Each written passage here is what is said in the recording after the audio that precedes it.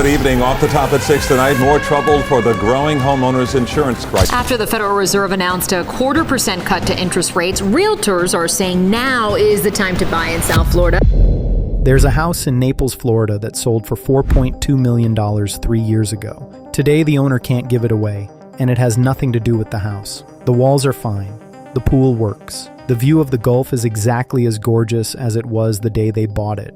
But the people who own America's most expensive addresses are quietly watching their money evaporate, and the cause is something almost nobody put on their radar. The wealthiest zip codes in this country, the ones that were supposed to be untouchable, recession-proof, immune, are bleeding right now. And the reason is so strange, so backwards, that even the experts who track this for a living got blindsided. If you want help putting all this into action in your own situation, grab our 2026 Housing Survival Guide. It's a simple, easy-to-follow playbook showing you how to protect your home equity, avoid costly mistakes, spot crash risk markets, and find hidden real estate opportunities. The average reader could save or avoid losing thousands of dollars by making smarter decisions. The link is in the description. Stay with me, because halfway through this, you're going to realize the threat was never what we were told it was. Let's get one thing straight before we go any further. When people say rich neighborhoods don't lose value, they're repeating a rule that held true for almost 40 years. The logic was simple. Wealthy buyers pay cash. Wealthy buyers don't panic sell. Wealthy buyers can ride out any downturn because they're not stretched to the breaking point on a mortgage. So when the rest of the housing market shakes, the trophy zip codes were the bunker everyone ran to. That's the assumption baked into how this entire country thinks about money and property. The penthouse, the beachfront estate, the gated enclave, that was where wealth went to stay safe. That assumption is now cracking in real time, and the numbers are the first crack you can actually see. According to Realtor.com, the national benchmark for luxury homes fell 1.6% in a single month, dropping to $1.22 million, and it was down 2.2% from a year earlier. Now, 1.6% might not sound like the end of the world, but remember, this is the segment that was never supposed to move. This is the floor that was never supposed to drop. And in certain markets, that gentle national dip explodes into something violent. In Kahului, Wailuku, Hawaii, luxury home prices fell 19.9% year over year, almost a fifth of the value gone in the top 10% of listings. Los Angeles luxury slid 6.3%. These aren't struggling Rust Belt towns. These are paradise. These are the postcards, and they're losing altitude fast. But here's where it gets strange, and here's the first thread I need you to hold on to, because we're going to come back to it. The places bleeding the hardest aren't bleeding because the rich got poorer. The buyers are still rich. The money is still there. So what exactly is killing these neighborhoods? To answer that, we have to go to ground zero, and ground zero is Florida. For 2 decades, Florida was the dream. No state income tax, endless sunshine, and during the pandemic, a tidal wave of wealthy buyers flooded in from New York, California, and Illinois, paying cash, bidding over asking, turning sleepy coastal towns into millionaire colonies. It was supposed to be the safest bet in America, and right now, Florida's luxury condo market is one of the most dangerous places in the country to own property.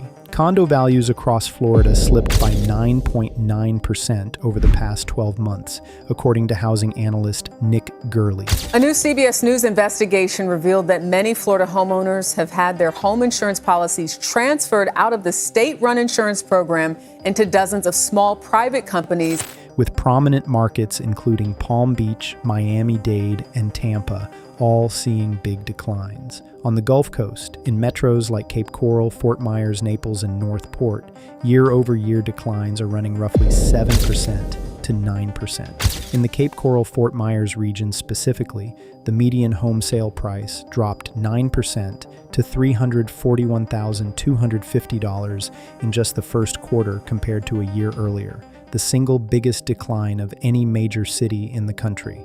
So what happened? Did Florida suddenly become a bad place to live? No. What happened is the thing nobody factored in.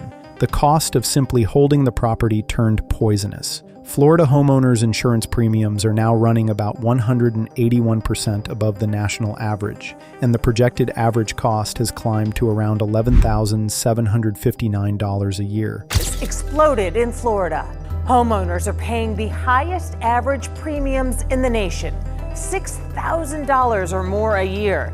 Compare that to the national average of about $1,700. In some parts of Hillsborough and Pinellas counties, homeowners are paying upwards of $6,000 a year in insurance on a single property, and that's just the insurance. After the Surfside condo collapse in 2021, Within 4 years after the tragic Surfside collapse, investigators say they're getting a better understanding of what caused the Champlain Tower South to come crumbling down.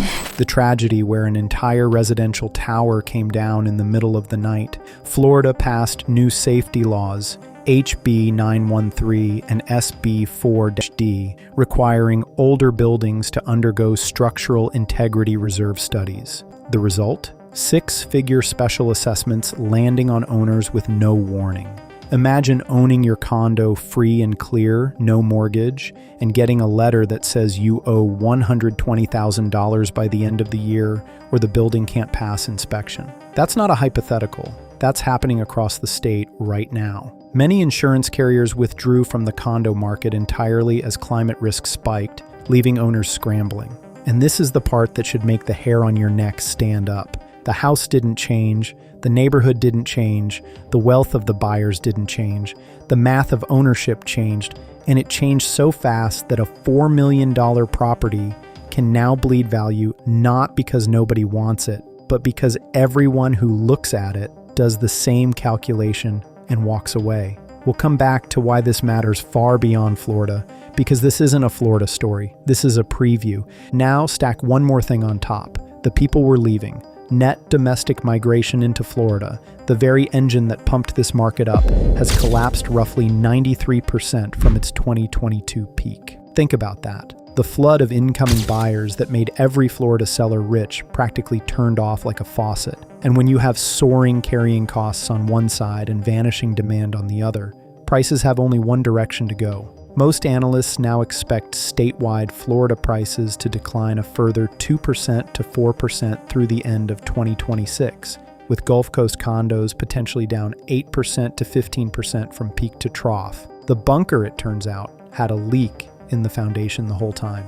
But if you think this is just Florida being Florida, hurricanes, insurance, the usual, I need you to stop and watch this next part very carefully, because here's where the entire story flips on its head. Everything I've told you so far points to one conclusion. Rich zip codes are doomed. That's the headline. That's what bleeding sounds like. And it's wrong. Because at the exact same moment Florida's luxury market is hemorrhaging, another set of wealthy zip codes is doing something nobody expected. They're not just surviving, they're exploding. Go to the San Francisco Bay Area. Since ChatGPT's first model launched in November 2022, luxury home prices in the region, homes selling between $3.1 and $7.6 million, have jumped 13.4%. Up, not down. Up over 13%, while Florida's trophy homes were sinking.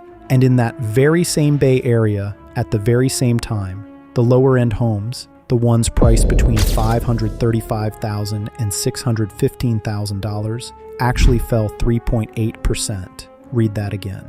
In one region, the expensive homes soared and the affordable homes dropped. A Redfin senior economist called it exactly what it is, a K-shaped economy where the AI boom is lifting some neighborhoods into the stratosphere while leaving others to slide backward in the same city on the same map, sometimes a few miles apart. So now the picture isn't rich zip codes are bleeding.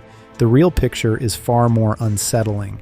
America's wealthy neighborhoods are splitting into two completely opposite destinies, and which side a zip code lands on has almost nothing to do with how nice it is, and everything to do with two forces colliding underneath the surface. One force is the cost of ownership, the other is the source of the money. And the reason nobody saw this coming is that for decades, those two forces pointed the same direction, so nobody had to think about them separately.